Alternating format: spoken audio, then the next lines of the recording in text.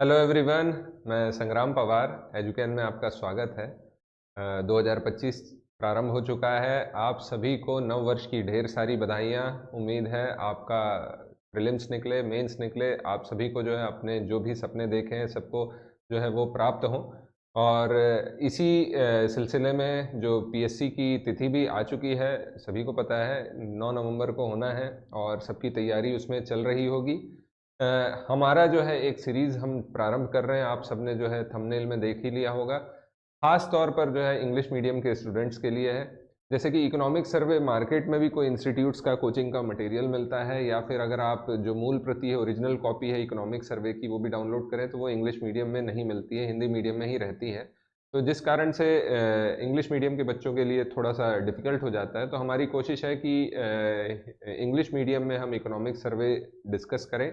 हमारे जो है हमने नोट्स तैयार किए हैं, यहाँ राजनांदगांव में मार्केट में उपलब्ध भी हैं। अगर कोई परचेज़ करना चाहे तो जाकर परचेज़ कर सकते हैं। नोट्स मटेरियल की तरह हमने तैयार किया है, और इसके अतिरिक्त अगर कोई इसे ऑनलाइन भी प्राप्त करना चाहता है तो लिंक में हमारा टेलीग्राम चैनल दिया हुआ है, डिस्क्रिप्शन में लिंक दी हुई है।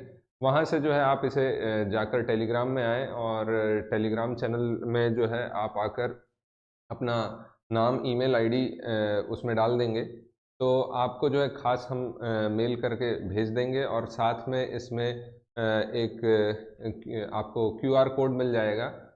टेलीग्राम में ही ऊपर चैनल में जो है उसको सेव रखा जाएगा। तो वहाँ से जो है आप पेमेंट कर सकते हैं। मात्र 50 रुपीज़ में जो है आपको इंग्लिश मीडियम में इकोनॉमिक सर्वे अवेलेबल हो जाएगा। आपको जो है फिर ये मेल के माध्यम से या फिर आपके टेलीग्राम में भेज दिया जाएगा। तो इस तरीके से हमने प्लान किया है, और अगर कोई ऑनलाइन पढ़ना चाहता है तो प्रॉपर यूट्यूब चैनल में तो हम इसको डिस्कस करेंगे ही। तो आप वहाँ से भी नोट्स बना सकते हैं। अगर किसी को परचेज़ करना हो, प्रिंट निकालना हो, तो 50 रुपीज़ में जो है ये आपको अवेलेबल हो जाएगा। क्यूआर कोड जो है टेलीग्राम में शेयर कर दिया जाएगा, वहाँ से आप ले सकते हैं और अपनी बेहतर तरीके से तैयारी कर सकते हैं। तो बिना समय गँवाए जो है हम लोग चालू करेंगे आज इकोनॉमिक सर्वे डिस्कस करना। हर लेक्चर में हम 2 से 3 चैप्टर डिस्कस करने की कोशिश करेंगे। इसमें से हमने जो है जो भी हमारा सर्वे आता है गवर्नमेंट का, उसका सार निकाला है, और कोशिश की है कि कुछ अन्य चीज़ें भी हम इसमें जोड़ सकें जो कि आपके लिए बेहतर होगी। और इसमें अगर कोई त्रुटि होगी तो मेन कॉपी को ही आप जो है सही मानेंगे। तो चलिए फिर बिना समय गंवाए जो है हम प्रारंभ करते हैं हमारा इकोनॉमिक सर्वे इंग्लिश मीडियम में। तो जैसा कि आप सभी को अभी स्क्रीन में नज़र आ रहा होगा, ये कुछ इस तरीके से हमारा इकोनॉमिक सर्वे का पहला पेज है, और यहाँ से हमने जो है चैप्टर 1 प्रारंभ किया है। तो इकोनॉमिक सर्वे से जैसे आपको पता है कि हर वर्ष जो है कम से कम 4 से 5 क्वेश्चन आते हैं। किसी वर्ष कम हो जाते हैं, लेकिन 4 से 5 आप ऑन एन एवरेज मान के चलिए तो क्वेश्चन आते हैं। 4 से 5 नंबर क्वेश्चन मतलब 10 नंबर का लगभग जो है पोर्शन इससे आता है। तो यहीं पर आप देखेंगे तो पहला जो हमको चैप्टर नज़र आ रहा है, ये क्या है आपका इकोनॉमिक कंडीशन, एक रिव्यू, मतलब आर्थिक स्थिति क्या है छत्तीसगढ़ की। तो आपका पहला चैप्टर जो है सबसे ज़्यादा इंपॉर्टेंट रहता है। पहला चैप्टर कभी ना छोड़े। अगर आप पेपर के पहले आपकी तैयारी भी नहीं हो पा रही तो पहला चैप्टर जो है आपको ज़रूर करके जाना है, क्योंकि पहले चैप्टर में जो है सारी डिटेल जो है ब्रीफ में दे दी जाती है आपके सर्वे की। तो इसमें आपका एडवांटेज ये हो जाता है कि जो भी आपकी तैयारी कर रहे हैं, आगे जो आप करने वाले हैं, तो उसका एक बेसिक चीज़ यहीं पर मिल जाता है सारे चैप्टर्स का, है ना। डिटेल में अगर जाएंगे तो आगे चैप्टर्स में रहता है, लेकिन यहाँ पर आपको सारा जो है ब्रीफ में सारी चीज़ मिल जाती है। तो कई बार अगर पहला किस्मत अच्छी रहती है, पहला चैप्टर भी कई बार लोग पढ़ कर जाते हैं, उसमें से कई क्वेश्चन निकल जाते हैं। तो पहला चैप्टर जरूर पढ़ेंगे। बात करता है क्या, इकोनॉमिक कंडीशन की। तो ये चैप्टर जो है आपका सबसे इम्पॉर्टेंट चैप्टर है, और इसे छोड़ना नहीं। तो इसमें हम देखेंगे सबसे पहले, अगर आप इकोनॉमिक सर्वे देखेंगे तो इसमें ओवरव्यू दिया गया है छत्तीसगढ़ का, है ना। हमारे प्रदेश की जो है बेसिक जानकारी ओवरव्यू के तौर पर दी गई है। तो ये सब चीज़ तो आप जो है पढ़ते हुए आ रहे हैं। तो क्या चीज़ है इसमें, सबसे पहले तो हमारा स्टेट जो है 26 नंबर का स्टेट है भारत का, आप सबको पता है 1 नवंबर 2000 को इसका गठन हुआ था। और ज्योग्राफिकली अगर देखें तो भारत का कितना है, तो 4.1% के आसपास इसका क्षेत्रफल है। एरिया अगर ये सब पढ़ते आए हैं 1,35,191 स्क्वायर किलोमीटर है। वहीं अगर फॉरेस्ट एरिया अगर हम देखें, है ना, फॉरेस्ट एरिया फॉरेस्ट कवर में अंतर होता है, तो वो चीज़ को ध्यान रखेंगे। तो फॉरेस्ट एरिया अगर हम देखें तो फॉरेस्ट एरिया के आधार पर जो है forest area is equal to forest cover plus tree cover हम कह सकते हैं, है ना। तो इसे ध्यान रखेंगे, ये टी है ना, ट्री कवर। ठीक, तो इसमें अगर हम देखें फॉरेस्ट एरिया, ये जो टोटल है ये कितना बता रहा है, तो 59772 स्क्वायर किलोमीटर। ये जानकारी हमको कहाँ से मिल रही है, इकोनॉमिक सर्वे से, और उसी आधार पर अगर परसेंटेज देखें तो कितना है, 44.21% पता लगता है। फॉरेस्ट कवर के आधार पर रैंक मिल रही कितना, तो 4th रैंक हमको नजर आती है। इसके अलावा हम देखें पॉपुलेशन कितना है, तो 2.55 करोड़ है ना। ये 2011 में जो सेंसस हुआ था, आपको पता है कि लगभग जो है 1881 से जो है रेगुलर इकोनॉमिक सर्वे हो रहा है। इसके पहले जो हुआ था वो कब हुआ था, सबसे पहला तो 1872, लेकिन ये उतना क्या बोलना चाहिए, ऑफिशियल वे में हम मानते हैं, प्रॉपर ऑर्गेनाइज्ड वे में अगर देखा जाए तो 1881 से हो रहा है। तो इस हिसाब से हम देखें तो 2011 में सेंसस हुआ था, हर 10 साल में होता है। 2021 में होना था, लेकिन कोविड महामारी के कारण ये हो नहीं पाया। तो इसमें जो 2011 का सेंसस है उससे कुछ जानकारी पता लगती है। तो 70% जो है हमारा टोटल पॉपुलेशन है, वो किस टोटल पॉपुलेशन का किस में लगा हुआ है, तो एग्रीकल्चर और रिलेटेड एक्टिविटीज़ में, मतलब कृषि और उससे संबंधित कार्यों में लगा हुआ है। इसमें अगर देखें फार्मर्स फैमिली कितनी है, तो कितने कृषक परिवार हैं, तो 40.10 लाख हैं, ऐसा पता लगता है। और इसमें जो ये 40.10 लाख है, उसमें से अगर देखें तो 82% जो है स्मॉल और मार्जिनल फार्मर्स हैं, मतलब आपके लघु एवं सीमांत कृषक हैं। कितने, 40.10 लाख में से लगभग 82%। और सेंट्रल छत्तीसगढ़ को क्या बोला जाता है, बाउल ऑफ राइस। तो ये ओवरव्यू है जनरल। इसके अलावा हमारे यहाँ देखें क्या है, तो एवरेज रेनफॉल भी अगर हम देखें तो एवरेज रेनफॉल कितनी है, तो 1200 से आपका 1500 mm, या आपका 120 से 150 mm के बीच में है। हमारे यहाँ जो है मिलेट डिस्ट्रिक्ट, आपको पता है कि पिछला वर्ष जो था 2023, इवन यूनाइटेड नेशन ने भी क्या किया था, पूरे वर्ष को घोषित किया था मिलेट ईयर, है ना। मिलेट ईयर घोषित किया गया था। थोड़ी सी हैंडराइटिंग अभी फ्रीक्वेंसी आने में लगेगा, है ना। मिलेट ईयर घोषित किया था, तो ध्यान रखेंगे। तो मिलेट या फिर मोटे अनाज कुछ ऐसे अनाज होते हैं जिनमें की खास क्वालिटी ये रहती है कि इनमें जो है बहुत ज़्यादा न्यूट्रिशन रहता है ना। तो न्यूट्रिशन बहुत ज़्यादा है। इसके साथ जो है इसमें अगर हम देखें तो ये मतलब सामान्य परिस्थिति में भी उग जाते हैं, स्पेशल जो है फोकस देने की ज़रूरत नहीं रहती है। तो इस कारण से जो है ये हमारे देश की फूड सिक्योरिटी के लिए बहुत अहम है, खाद्य सुरक्षा के लिए जो है बहुत अहम है। और इस कारण से जो है गवर्नमेंट का स्पेशल फोकस है मिलेट के लिए या मोटे अनाजों के लिए। तो छत्तीसगढ़ में जो है 14 जिलों को मिलेट आपका डिस्ट्रिक्ट घोषित किया गया, ध्यान रखेंगे। इसके अलावा देखेंगे तो खरीफ ईयर पिछले साल में अगर 22-23 में कितना क्वांटिटी खरीदा गया था, तो 107.53 मेट्रिक टन खरीदा गया था। इसमें कितने कृषकों को फ़ायदा हुआ था, तो 23.42 लाख कृषकों को फ़ायदा हुआ था। तो ये कुछ है। इसके अलावा जो है कुछ अन्य जो है डेटा दिए गए थे इसमें पहले ही चैप्टर में। अगर आप देखेंगे तो पहले चैप्टर में पहला डेटा हमको जो दिखता है, तो ये MMR का मतलब होता है मैटरनल मोर्टिलिटी रेट, और ये CMR होता है आपका child mortality rate. Maternal mortality rate मतलब मैटरनल माता या मातृत्व मृत्यु दर होता है, और चाइल्ड मतलब जो शिशु मृत्यु दर होता है। इनके बारे में कुछ आंकड़े दिए गए हैं। तो 2002-03 में जो है हमारे राज्य में लगभग 1 लाख में 370 माताओं की मृत्यु हो जाती थी प्रेगनेंसी या डिलीवरी के दौरान। वहीं पर शिशु जो है जब छोटे रहते हैं तो बीमारियों के कारण या कुछ चीज़ से उनकी डेथ हो जाती थी, तो 77 प्रति 1000 था, है ना। तो ये आंकड़ा जो है अभी जो एक SRS रिपोर्ट आई है, ध्यान रख लेंगे, 2018 से 20 के बीच में सर्वे किया गया होगा, तो उसमें 1 लाख में 137 मातृत्व मृत्यु दर है। और वहीं पर जो है अगर हम CMR देखें तो वो कितना है, 38 प्रति 1000 है। तो ये कुछ फैक्ट है, ध्यान रखेंगे। इससे दिख रहा है कि हमारे राज्य में जो है स्थिति में सुधार हुआ है, खास तौर पर जो है आपका मेडिकल फील्ड में, है ना। तो इसको ध्यान रखेंगे। कुछ फैक्ट है, नोट कर रहे होंगे तो नोट कर लेंगे। इसके अलावा कुछ नोट में भी यहाँ ध्यान रखेंगे कि आप सभी को पता है कि 2015 में जो है 15 वर्ष के लिए यूनाइटेड नेशन में तय किया गया था कि हम 2030 तक के कुछ जो है विशेष गोल हासिल करेंगे, जिन्हें बोला गया SDG सस्टेनेबल डेवलपमेंट गोल्स। तो ये सस्टेनेबल डेवलपमेंट गोल्स में जो है कुल 17 गोल हैं और कुछ टारगेट हैं, उनकी संख्या है कितनी, 169 है। ये पूछ लेता है कई बार कितने गोल हैं कितने टारगेट्स हैं, तो 17 गोल हैं और 169 टारगेट हैं। तो ये 17 गोल में से एक जो है हेल्थ से भी रिलेटेड है, तो उसमें सेट किया गया है CMR भारत ने कि हमको जो है टारगेट 15 तक के लाना है, इसको कब, 2030 तक के, है ना। जो अभी की स्थिति में कितना दिख रहा है 38, उसको लाना है 15 तक के 2030 में, ये माना गया है। इसके अलावा आप सभी को पता है कि G20 की मेज़बानी जो है भारत के पास थी लास्ट ईयर। तो G20 का एक समिट जो है छत्तीसगढ़ नया रायपुर में भी हुआ था, तो ध्यान रखेंगे G20। इसके अलावा ये फुल फॉर्म भी लिखा हुआ है यहाँ पर, किसी को दिक्कत हो समझने में तो। खास तौर पर अब आते हैं ये, यहाँ से बहुत क्वेश्चन बन के आते हैं आपका GSDP, है ना, या फिर ग्रॉस स्टेट डोमेस्टिक प्रोडक्ट। ठीक, कांस्टेंट प्राइस पे दो तरह की प्राइस होती हैं, एक होती है आपकी क्या, कांस्टेंट प्राइस जिसमें इन्फ्लेशन को हटा दिया जाता है, जो वास्तविक रहती है। दूसरी प्राइस होती है आपकी करंट प्राइस, जो कि चालू कीमत होती है।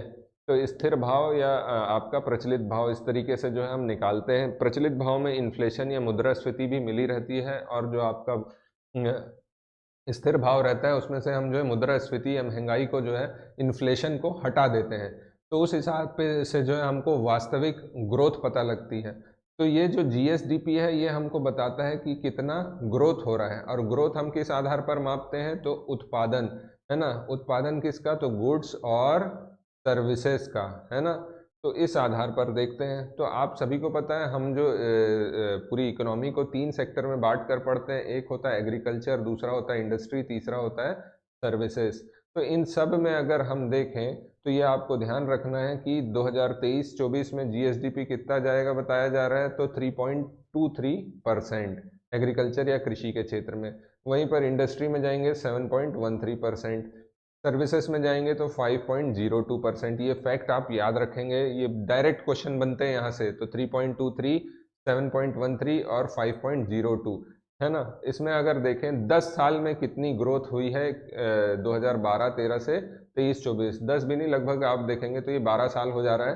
तो यहाँ पर अगर देखें तो 4.90 कृषि से क्षेत्र में हुई है। इंडस्ट्री में जो है कब हुई है, तो 7.36% कितनी हुई है, और सर्विसेज में 5.37।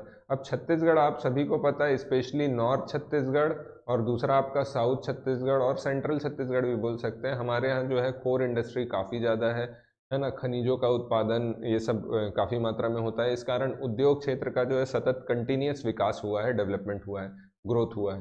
तो ध्यान रखेंगे। इसके अलावा ये भी कभी पूछ सकता है कि किस क्षेत्र में जो है बीते 10 साल में, 12 साल में सबसे ज़्यादा ग्रोथ कब हुई कब नहीं हुई। अगर इसके अंदर के आंकड़े भी ध्यान नहीं रहेंगे तो भी इट्स ओके, बट आप ये कम से कम ध्यान रख लेंगे कि 2018-19 में सबसे ज़्यादा ग्रोथ हुई एग्रीकल्चर में, और सबसे कम कब हुई है 17-18 में। वैसे ही अगर इंडस्ट्री में अगर देखें सबसे ज़्यादा कब हो रही है, तो 21-22 लॉकडाउन के बाद, और सबसे कम लॉकडाउन में हुई है 20-21 में। वैसे ही अगर हम देखेंगे तो यहाँ पर ये 21 है ना, 21 है, इसे 21 कर लेंगे। सबसे ज़्यादा ग्रोथ कब हो रही है, तो 21-22 में सर्विसेज की भी हो रही लॉकडाउन के बाद, और सबसे कम हुई है कब, तो लॉकडाउन में ही हुई है 20-21 में। तो ये दोनों का डेटा तो लगभग सेम है, ध्यान रखेंगे इसे। फिर ये भी पूछता है कई बार कि GSDP का जो है में अलग अलग क्षेत्रों का कितना योगदान है, उनका पार्टिसिपेशन कितना है ना। तो यहाँ पे तो हमने हर सेक्टर की ग्रोथ देखी, इसके जस्ट पहले जो हमने देखा हर सेक्टर का कितना कितना ग्रोथ है ये वाला। लेकिन हर सेक्टर का जो भी एक GSDP एक पर्टिकुलर अमाउंट आता होगा, उसमें किस क्षेत्र का कितना योगदान है, तो ये फैक्ट भी जो है कई बार पूछता है। तो इसमें हमने दोनों का लिख लिया है। अगर आप दोनों याद रख सकते हैं तो बहुत अच्छी बात है, नहीं तो आप जो है कम से कम कांस्टेंट प्राइस का तो जरूर ध्यान रखेंगे। जो आपका स्थिर मूल्य है, स्थिर भाव है, इसमें आप देखेंगे एग्रीकल्चर सेक्टर का कितना योगदान है हमारे पूरे GSDP में, तो 15.32% का। इंडस्ट्री का जो है सबसे बड़ा योगदान है, लगभग 53.50% का, है ना, 53.50। और सर्विस का कितना है, तो 31.19% है। वहीं पर अगर देखेंगे तो यहाँ हमको बदलाव दिखेगा करंट प्राइस में, क्योंकि इसमें जो है इन्फ्लेशन भी रहता है। एग्रीकल्चर में 20.49, इंडस्ट्री में 44.69 और सर्विस सेक्टर में 34.84%। तो ये फैक्ट आप ध्यान रखेंगे। ये दोनों जो है पूरा फर्स्ट चैप्टर बहुत इंपॉर्टेंट है, इसे ना छोड़े, है ना। अब इसमें आप देखेंगे सीपीआई जो दिया है, इकोनॉमिक सर्वे में ही दिया हुआ था। सीपीआई क्या होता है आपका? Consumer price index. अब ये कंज्यूमर प्राइस इंडेक्स क्या बोला है भाई? तो हमारे यहाँ जो है मुद्रास्फीति या महंगाई को मापने के अलग अलग जो है पैमाने हैं, अलग अलग स्टैंडर्ड्स हैं, और इसी आधार पर जो है जो आरबीआई और सरकार मिलकर जो है महंगाई को टारगेट करते हैं, इन्फ्लेशन को टारगेट करते हैं। तो उसके लिए जो है पहले जो है डब्ल्यूपीआई का इस्तेमाल किया जाता था, होलसेल प्राइस इंडेक्स। वर्तमान में जो है सीपीआई का प्रयोग किया जा रहा है, कंज्यूमर प्राइस इंडेक्स। मतलब कोई भी वस्तु जो है कंज्यूमर को कितने रुपए में पड़ रही है, मतलब जिसमें आपका रिटेल वाले का कमीशन होगा, होलसेल वाले का कमीशन होगा, तो इसमें जो है हमको पता लग जाता है कि महंगाई कितनी है। कंज्यूमर के पास पहुंचते तक, उपभोक्ता के पास पहुंचते तक कोई भी वस्तु कितनी महंगी हो रही है।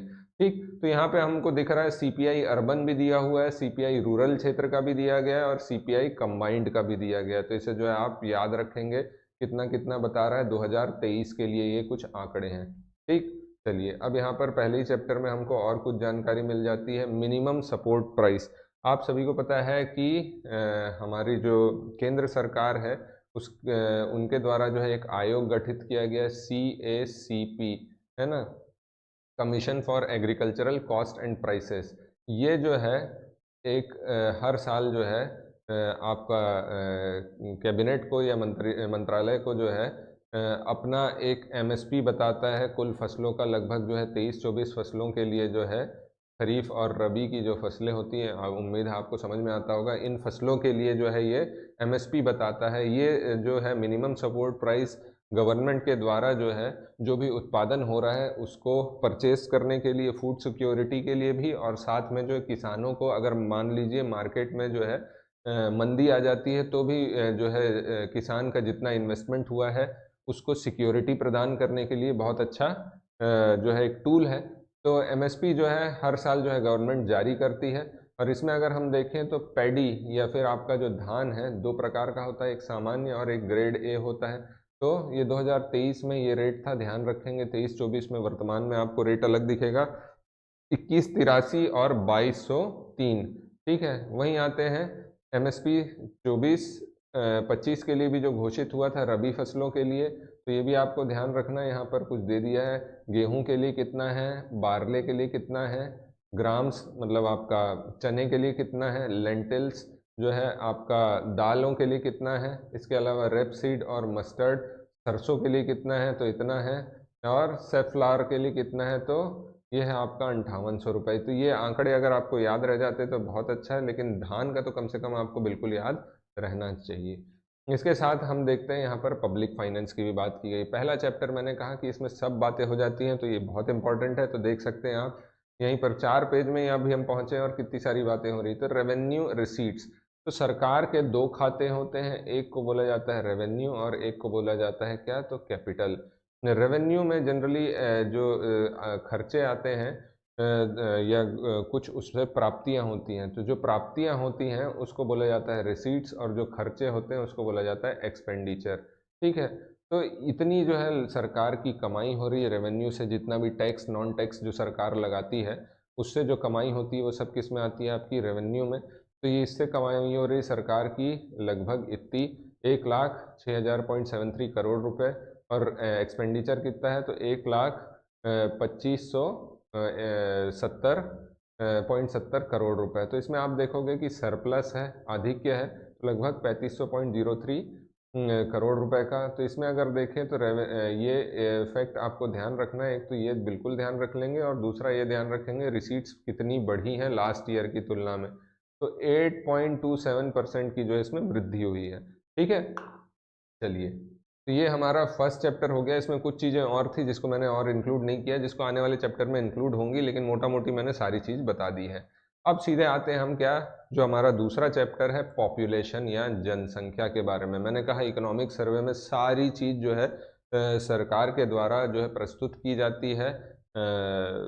बजट लागू करने या बजट पर चर्चा पेश करने के पहले, बजट जब भी आता है उसको पेश करने के पहले लास्ट ईयर जो भी चीज़ें हुई हैं उसके बारे में जानकारी देती है। तो ये एक सबसे ऑथेंटिक डेटा होता है सरकार का, जो सरकार कलेक्ट करती है, और संसद में या फिर अगर हम देखें तो विधानसभा में प्रस्तुत करती है। तो इसमें जो भी फैक्ट मिलेंगे, डेटा मिलेंगे, एकदम ऑथेंटिक होते हैं, सही होते हैं। ठीक है, तो पॉपुलेशन में अगर देखें तो पॉपुलेशन वाले चैप्टर में जब हम आते हैं तो यहाँ पर एक खास चीज़ डिस्कस की गई है, MPI multi dimensional poverty index. अब ये क्या है तो इसके बारे में आगे हम पढ़ेंगे। तो मल्टी डायमेंशनल पॉवर्टी इंडेक्स, तो इसके अनुसार हम अगर देखें तो यहाँ पर अगर आप देखेंगे NFHS की रिपोर्ट भी है। तो जो आपका मल्टी डायमेंशनल पॉवर्टी इंडेक्स जो है, यहाँ पे पहले इसकी डेफिनेशन भी पढ़ लेते हैं। तो ग्लोबल लेवल पर जो है MPI क्या है, तो नाम से समझ में आ रहा है, मल्टी डायमेंशनल बहुआयामी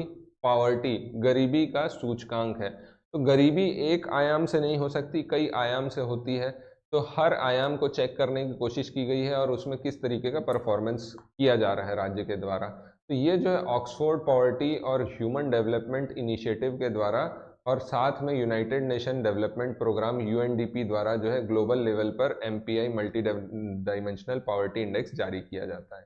तो वैसे ही अगर हम देखें नेशनल लेवल पर भी जो है आपका मल्टी डायमेंशनल पॉवर्टी इंडेक्स जारी किया जाता है। और ये जारी करता कौन है, तो नीति आयोग इसकी नोडल एजेंसी है नेशनल लेवल पर और राज्यों और यूनियन टेरिटरी के लेवल पर। तो ध्यान रखेंगे। तो ये जो MPI है, ये MPI जो है कुल मिला के तीन क्या बोलना चाहिए, डायमेंशंस पर टिका हुआ है। तो कोई भी व्यक्ति अगर गरीब है तो वो तीन डायमेंशन चेक किए जाते हैं।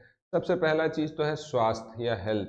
तो हेल्थ का जो है कुल में वेटेज 1/3 का है। एजुकेशन में तो इसमें भी 1/3 का है। वहीं पर स्टैंडर्ड और लिविंग का कितना है, तो यहाँ भी ये 1/3 का है। इसमें जो है अब इसके कुछ इंडिकेटर्स हैं अलग अलग, जैसे न्यूट्रिशन है ना। इसके बाद है चाइल्ड एंड एडोलेसेंट मोर्टेलिटी, इसका 1/12 है। मैटरनल मातृत्व स्वास्थ्य 1/12 है।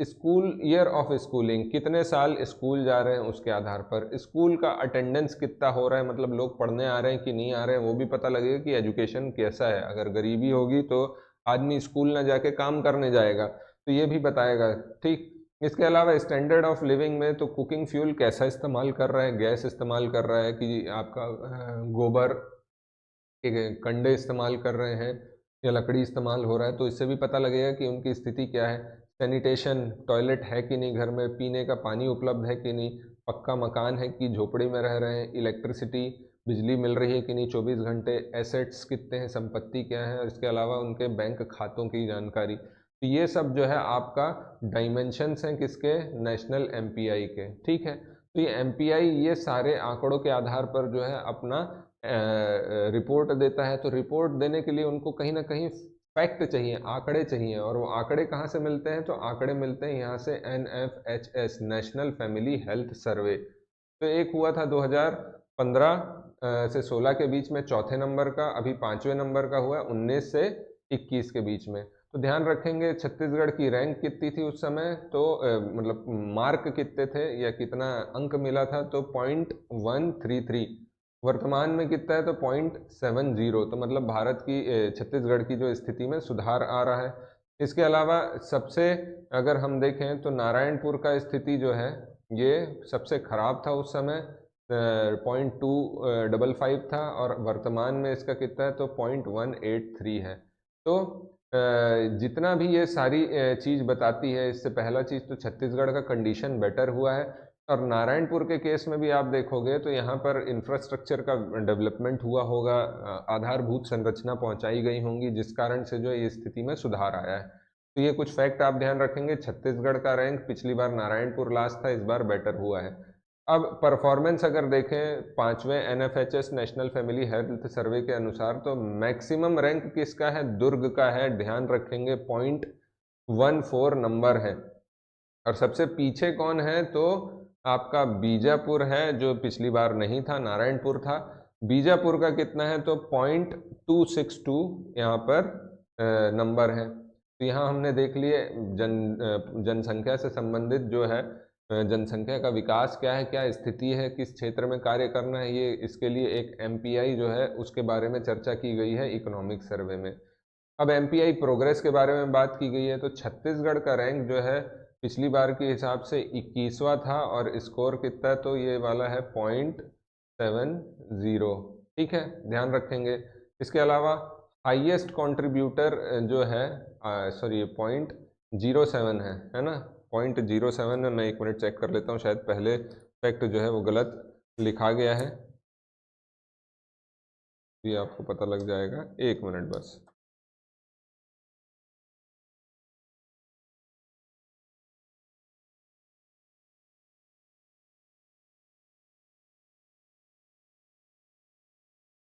हाँ, ये 0.07 है ना, यहाँ पर पहले जो है, यहाँ पर इसको ठीक कर देते हैं, ये है आपका 0.07। ठीक है, तो छत्तीसगढ़ का रैंक नंबर कितना है, तो 0.07 है।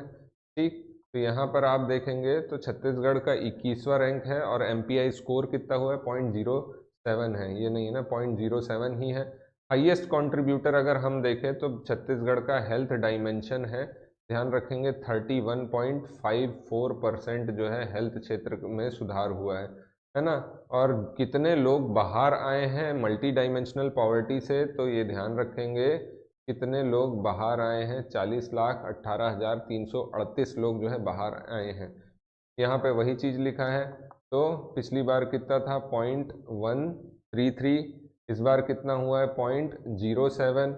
एमपीआई रूरल जो है 0.16 था, और यहाँ पर अगर देखेंगे तो 0.084 है। एमपीआई अर्बन अगर देखें तो 0.043, और इस बार जो है इसमें भी सुधार दिख रहा है। तो हर आंकड़ों पर जो है छत्तीसगढ़ में सुधार हुआ है। इसके अलावा हम लोग अभी तक के जो है पढ़ते थे एस्पिरेशनल डिस्ट्रिक्ट योजना एक है, आकांक्षी जिला योजना जो है, उसके अलावा जो है एक और गवर्नमेंट के द्वारा पिछले साल चालू की गई है केंद्र सरकार नीति आयोग के सहयोग से, तो ये है एस्पायरेशनल डेवलपमेंट ब्लॉक्स, है ना। तो या फिर आपका आकांक्षी विकास खंड योजना, ये 7 जनवरी को जो है चालू की गई 27 स्टेट्स और 4 यूनियन टेरिटरीज में, और इसमें जो है टोटल 500 डेवलपमेंट ब्लॉक्स को जो है आइडेंटिफाई किया गया है। तो इनको जो है चेक कर रहे हैं कि इसमें कितना विकास हुआ है। तो इसमें से अगर हम देखें तो छत्तीसगढ़ में कुल 20 जो है डेवलपमेंटल ब्लॉक्स को शामिल किया गया छत्तीसगढ़ से।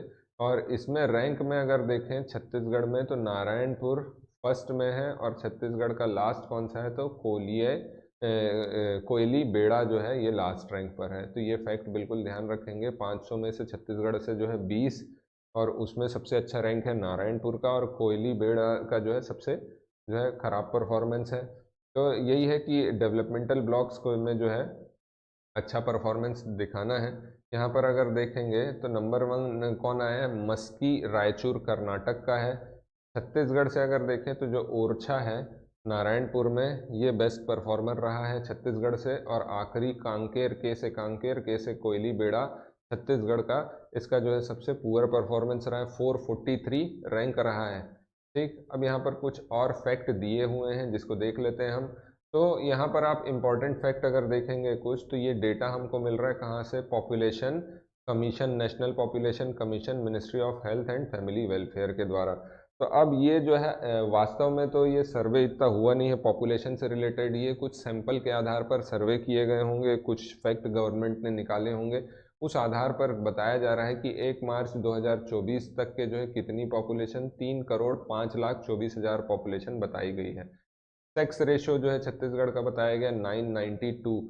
यहीं पर वर्क फोर्स पार्टिसिपेशन अगर देखें तो वर्क फोर्स पार्टिसिपेशन लगभग 48.72% है ना। कुल पॉपुलेशन में वर्क फोर्स इतना है, जिसमें मेल्स का ज़्यादा है और फीमेल्स का कम है। ये फैक्ट हुए 57.97 और 39.40, ये बिल्कुल ध्यान रखेंगे। वर्क फोर्स पार्टिसिपेशन में अगर हम जाएंगे, रेट जो है वर्क फोर्स मतलब कार्य बल भागीदारी दर जो है, इसमें अगर हम देखें सबसे ज़्यादा शक्ति में और सबसे कम कहाँ पर है, रायपुर में। ये दोनों चीज़ों को आप ध्यान रखेंगे, ये पूछ सकता है। ठीक है, चलिए इसी में कुछ कुछ फैक्ट और दिए हुए थे, अलग से चार्ट में दिए हुए हैं। अगर आप इकोनॉमिक सर्वे देखेंगे तो हमने उसमें से सीधे जो है तथ्य निकाल लिए, डब्बों में दिए हुए हैं। यहाँ देखेंगे मैक्सिमम पॉपुलेशन जो है डिसेंडिंग ऑर्डर में सबसे ज़्यादा रायपुर में है, फिर बिलासपुर, दुर्ग। तो ध्यान रखेंगे मिनिमल इन असेंडिंग ऑर्डर अगर देखें तो ये जो है आपका नारायणपुर की सबसे कम है, उसके बाद सुकमा है। ठीक, फिर इसी में अगर हम देखें मेल पॉपुलेशन सबसे ज़्यादा रायपुर में है और सबसे कम नारायणपुर में। फीमेल पॉपुलेशन का भी सेम फैक्ट है जैसे ऊपर है, तो देखो काफ़ी सारी चीज़ें सिमिलर हो रही हैं। उसके बाद एससी पॉपुलेशन अगर हम देखें तो रायपुर में सबसे ज़्यादा है और सबसे कम ऑब्वियसली सुकमा जो कि एक ट्राइबल डिस्ट्रिक्ट है। उसके बाद एससी पॉपुलेशन अगर हम देखें मेल का तो सबसे ज़्यादा बिलासपुर है। यहाँ डेटा चेंज हो जा रहा है थोड़ा सा, यहाँ पर रायपुर था, अब मेल में जो है बिलासपुर हो रहा है और सबसे कम कहाँ, सुकमा में। वहीं शेड्यूल्ड कास्ट फीमेल पॉपुलेशन वापस से इसके जैसा आ जा रहा है, सेम टू सेम। तो यहाँ पर आप देखोगे कितना है ये लगभग, तो मैक्सिमम रायपुर में है और सबसे कम सुकमा में है। ये कुछ फैक्ट हो गए। इसके बाद यहीं पर सेक्स रेशो के बारे में भी बात की गई है, तो सेक्स रेशो यहीं पर देख लेते हैं हम। तो सेक्स रेशो सबसे अच्छा कहाँ, कोंडा गांव का बताया गया, कितना 1048। मेरे ख्याल में पिछले साल भी जो है ऐसा क्वेश्चन कुछ आया था। सबसे ज़्यादा कोंडा गाँव में है, सबसे कम कहाँ, तो जांजगीर चांपा में। याद रखेंगे 964 बताया जा रहा है, यहाँ पर 1048 बताया गया है। ठीक, इसके बाद एसटी में अगर सेक्स रेशो देखें तो सबसे अच्छा होगा दंतेवाड़ा में, कितना है, तो 1075 है। सबसे कम कहाँ, जांजगीर चांपा में। फिर से कोई चेंज नहीं है, बस एसटी का टोटल अगर देखें तो दंतेवाड़ा कोंडागांव में सबसे ज़्यादा था। वहीं सॉरी सेक्स रेशो अगर देखें तो सबसे अच्छा कोंडागांव में था, सबसे कम जांजगीर चांपा में। और वैसे ही अगर एसटी का देखें तो सबसे अच्छा कहाँ पर है, शेड्यूल्ड ट्राइब्स का, तो दंतेवाड़ा में और सबसे कम जांजगीर चांपा में। एससी का अगर देखें तो सबसे कम कहाँ, सबसे ज़्यादा कहाँ दिख रहा है हमको, बस्तर में, और सबसे कम कहाँ दिख रहा है, सुकमा में। तो ये दोनों फैक्ट को आपको ध्यान रखना है। यहाँ वैसी एक एसटी पॉपुलेशन का भी एक डेटा हमको मिला, तो उसको भी हमने लिख लिया। एसटी मेल पॉपुलेशन सबसे ज़्यादा कहाँ है, तो बस्तर में, सबसे कम है बेमेतरा में।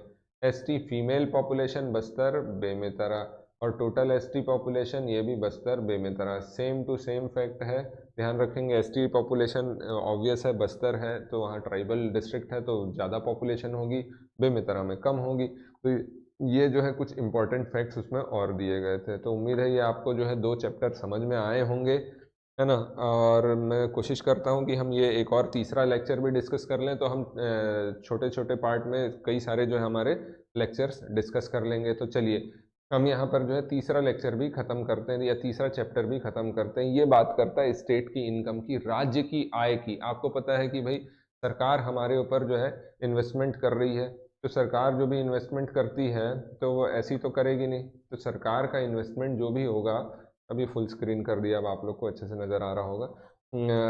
सरकार जो भी इन्वेस्टमेंट करेगी आप लोग के ऊपर, तो उसके पीछे सरकार का उद्देश्य क्या होगा। सरकार का उद्देश्य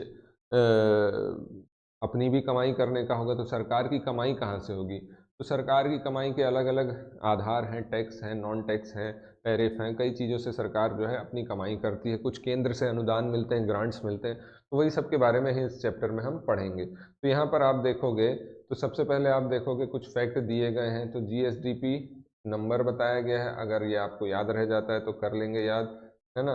अगर याद नहीं रह पाता, एक सेकंड, मेरा पेन काम नहीं कर रहा है ना, यहाँ पर फुल स्क्रीन में क्या चलता है,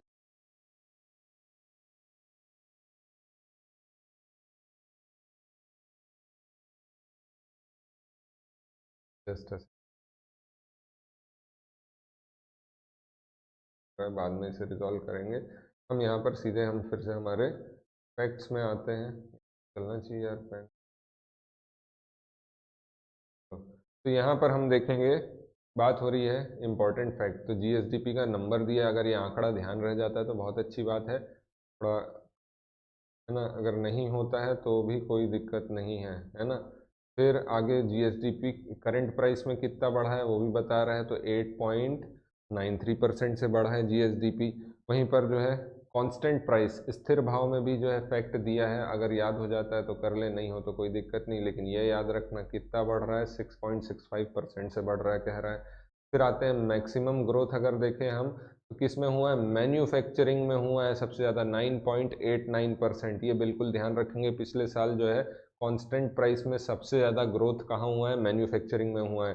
और सबसे कम ग्रोथ रेलवे में हुआ है, निगेटिव में 2.17% का हुआ है। पर कैपिटा इनकम जो है करंट प्राइस में यहाँ पर दिया हुआ है, कई बार पूछता है छत्तीसगढ़ का 1,37,361 रुपये बता रहा है, 1,47,000 1,47,361 रुपीज़। और इंडिया का है 1,85,854 रुपीज़। ये पर कैपिटा इनकम है, प्रति व्यक्ति आय है, ये सब ध्यान रखना है। अब आ जाते हैं जीएसडीपी डेटा। तो जीएसडीपी डेटा जो है ये हमने करंट प्राइस, कांस्टेंट प्राइस और इंडिया का भी जो है वो भी लिख लिया है। तो ये तीनों सेक्टर का है, उसमें हम जीवीए और जीएसडीपी भी लिख चुके हैं। तो एग्रीकल्चर और एलाइड सेक्टर का अगर हम देखें तो ये कितना दिया है, 3.23% बता रहा है ना। कांस्टेंट प्राइस में ये काफ़ी ज़्यादा होगा, ये ध्यान भी नहीं रहेगा, तो आपको पहला कॉलम और ये वाला कॉलम ध्यान रख लेंगे। इंडिया का बता रहा है उसी समय के लिए, सब 2023-24 का डेटा है, 1.82%। आपको पता है इंडस्ट्री का पीछे भी पढ़े थे हमने, 7.13%, और यहाँ पर ये कितना है तो 7.93%। तो उद्योग क्षेत्र में भारत के स्तर पर काफ़ी विकास हुआ है। सर्विसेज अगर देखें तो 5.02%, और यहाँ पर कितना तो 7.72% है। जीबीए ध्यान रखेंगे 5.85% बता रहा है, और हमारा जीएसडीपी जो है ये फाइनली कितना आ रहा है मार्केट प्राइस पर, तो ये है 6.56%, और वहीं पर भारत का कितना है तो 7.32%। ये जरूर ध्यान रख लेंगे, ये कितना 8.93% बता रहा है। तो हमारे यहाँ इंडस्ट्री सेक्टर में जो है सबसे ज़्यादा ग्रोथ है, और ओवरऑल कांस्टेंट प्राइस पे अगर देखें, स्थिर भाव पर अगर देखें, सबसे ज़्यादा ग्रोथ कहाँ हो रही है, तो ये हो रही है आपका मैन्युफैक्चरिंग में, ऊपर हम देख चुके हैं। अब ये अलग से जो चीज़ मैंने वहाँ आपको पीछे चार्ट में बताई थी, 2 पाई चार्ट बनाया था हमने, तो वैसी ये चीज़ है। तो आपका 3 सेक्टर हैं इकोनॉमी में, तो एग्रीकल्चर का 15.32% है कांस्टेंट प्राइस में, करंट में है 20.49। इंडस्ट्री का कितना है 53.50 है, और ये कितना है तो 44.69 है। सर्विसेज अगर देखूँ तो 31.19 है, और ये कितना है तो 34.82%। वही चीज़ ये पीछे का डायग्राम ही है, हमने जो वहाँ पढ़ा था उसी का है, आप इसको जो है नोट कर सकते हैं। इसके बाद अलग अलग क्षेत्रों की जो है अलग अलग जीडीपी दे दिया गया है। कई बार ये पूछ लेता है, भाई पूछ चुका है तो कोशिश करें ये कांस्टेंट प्राइस में है, अगर आपको ये याद हो सकता है तो बिल्कुल कर लें। इसमें हमने क्या किया है कि एक एक सेक्टर स्पेसिफिक, जैसे एग्रीकल्चर सेक्टर जो है, तो एग्रीकल्चर सेक्टर में हमने देखा कि कौन से क्षेत्र में ग्रोथ हुआ है। तो एग्रीकल्चर सेक्टर में कितना ग्रोथ हुआ है और क्या क्या है, तो यहाँ देखो ये 4 चीज़ हैं आपकी, क्रॉप्स हैं, फसलें हैं, एनिमल हस्बेंड्री है, फॉरेस्ट्री है और फिशरीज है। तो इसमें आप देखोगे तो कितना ग्रोथ हुआ है 3.3223% का, और इतना जो है भागीदारी है, पार्टिसिपेशन है। अब क्योंकि यहाँ पे हम सेक्टर वाइज पढ़ रहे हैं, तो आपको पता है प्राथमिक सेक्टर जो होता है, प्राइमरी सेक्टर, उसमें माइनिंग और क्वेरिंग भी इंक्लूड होती है। तो प्राथमिक सेक्टर जो है साधारण शब्दों में कहूँ तो जो रॉ मटेरियल उत्पादन होता है वही होता है आपका प्राइमरी सेक्टर। तो माइनिंग को जो है, खनन उत्खनन को इसी में इंक्लूड किया जाता है। तो खनन उत्खनन का भी जीएसडीपी यहाँ पे हमने लिख दिया है, और पार्टिसिपेशन इतना है, ध्यान रखेंगे, इसको नोट कर लेंगे, और ये इससे कुछ ना कुछ क्वेश्चन कभी ना कभी फंसते हैं, है ना। तो ये फैक्ट है, याद तो करना पड़ेगा। अब आते हैं हम दूसरा जो है हमारा इंडस्ट्री सेक्टर। तो इंडस्ट्री सेक्टर जब हम लोग पढ़ते हैं, तो इंडस्ट्री सेक्टर में हम किसको, माइनिंग को भी इंक्लूड कर लेते हैं। यहाँ पे आपको दिख रहा है इंडस्ट्री में माइनिंग को भी इंक्लूड कर दिया है। अन्यथा अगर मैं सेकेंडरी सेक्टर अगर पढ़ूंगा तो उसमें ये 3 चीज़ ही होंगी सेकेंडरी सेक्टर। क्यों? क्योंकि माइनिंग रॉ मटेरियल बनाने वाला है तो प्राइमरी में इंक्लूड हो जाता है, लेकिन इंडस्ट्री बोलूँगा तब वो इंक्लूड हो जाता है यहाँ। तो यहाँ पर हम देखेंगे कंस्ट्रक्शन में कितना ग्रोथ हुआ है, इतना 5.91, और भागीदारी कितनी है, इतनी है। फिर आप देखो, मैंने बताया था मैन्युफैक्चरिंग की सबसे ज़्यादा ग्रोथ हुई है, भागीदारी इतनी है। तो यहाँ आप अगर ये डेटा आप पूरा अध्ययन करेंगे, तो इन डेटा में अगर आप देखेंगे तो कंस्ट्रक्शन का सबसे ज़्यादा भागीदारी यहाँ पर हमको दिख रहा है ना। ये आपका जो है सेकेंडरी सेक्टर का जो है जीएसडीपी है, और ये उसकी भागीदारी है। ये इंडस्ट्री सेक्टर की जो है भागीदारी है, सॉरी जीएसडीपी है, और ये उसकी भागीदारी है। और वैसे ही यहाँ पर हमको दिख जा रहा है किसका, सर्विसेज सेक्टर का। तो सर्विसेज सेक्टर में बहुत सारा डेटा है, अगर ये आपको याद हो पाए तो कर ले, ना याद हो पाए तो इसमें आपको जो है सबसे ज़्यादा किस में दिखाई दे रहा है, सर्विसेज में, तो वो ज़रूर आप देख लेंगे। सर्विसेज में अगर रेलवे में तो सबसे कम है, ये हमको पता है, पीछे भी हमने देख लिया है। इसके अलावा सबसे ज़्यादा जो है ग्रोथ हमको दिख रही है, तो वो ट्रेड, होटल्स और रेस्टोरेंट्स में ही दिख रही है। और भागीदारी के आधार पर अगर देखें हम, तो सबसे ज़्यादा कहाँ नज़र आ रही है हमको, ये इंटेंजिबल प्रॉपर्टी रिलेटेड सर्विस जो है यहाँ पर दिख रही है। तो ये आपको जो है ध्यान रखना है यहाँ पर। और ये यहाँ पर हमारा तीसरा चैप्टर भी हम फिनिश कर लिए हैं। तो इसको आप अगर नोट करना चाहें तो नोट कर लेंगे, है ना, पॉज कर लेंगे अगर। और किसी को नोट्स खरीदना है तो मैंने प्रोसेस बता दी है, मैं फिर से प्रोसेस बता देता हूँ। इकोनॉमिक सर्वे से लगभग 4 से 5 क्वेश्चन आ ही जाते हैं और इंग्लिश मीडियम के लिए जो है मार्केट में उपलब्ध नहीं होता है। हम एक प्रयास कर रहे हैं कि इंग्लिश मीडियम में भी इकोनॉमिक सर्वे अवेलेबल हो जाए और इसीलिए हमने नोट्स प्रिपेयर किए हैं। थोड़ा सा हम लेट हो गए, हमको पता है। अगर आपको हार्ड कॉपी चाहिए तो राजनांदगांव में यहाँ के बुक स्टॉल्स में आपको मिल जाएंगी। और अगर हार्ड कॉपी नहीं, आपको सॉफ्ट कॉपी चाहिए तो टेलीग्राम चैनल में आप हमारा डिस्क्रिप्शन से लिंक लेकर ज्वाइन कर लें। वहाँ पर अपना नाम और ईमेल आईडी भेजें। आपको मेल के माध्यम से या फिर आपके टेलीग्राम के माध्यम से हम आपको जो है वो अवेलेबल करा देंगे। तो अगर आपको चाहिए, और उसी के साथ जो है वहाँ पर QR कोड मिलेगा आपको टेलीग्राम चैनल में ही, जिसे आप वहाँ पर 50 रुपीज़ का इसका प्राइस है, जिसे पे करके जो है आप इसे डाउनलोड करके अपना नोट्स प्रिंट करा कर, या आपको ऑफलाइन सॉफ्ट कॉपी में ही पढ़ना हो तो आप अध्ययन कर सकते हैं। तो इस तरीके से रहेगा ये पूरा हमारा। कोशिश है आज 3 चैप्टर्स हमने पढ़ लिए, तो ऐसा करके 4-5 लेक्चर में ये पूरा पोर्शन हम निपटा देंगे। तो इसे पढ़िए, लोगों तक शेयर करिए और तैयारी और बेहतर करिए। मिलते हैं आने वाले लेक्चर में, तब तक के लिए all the very best. Thank you very much और happy new year once again.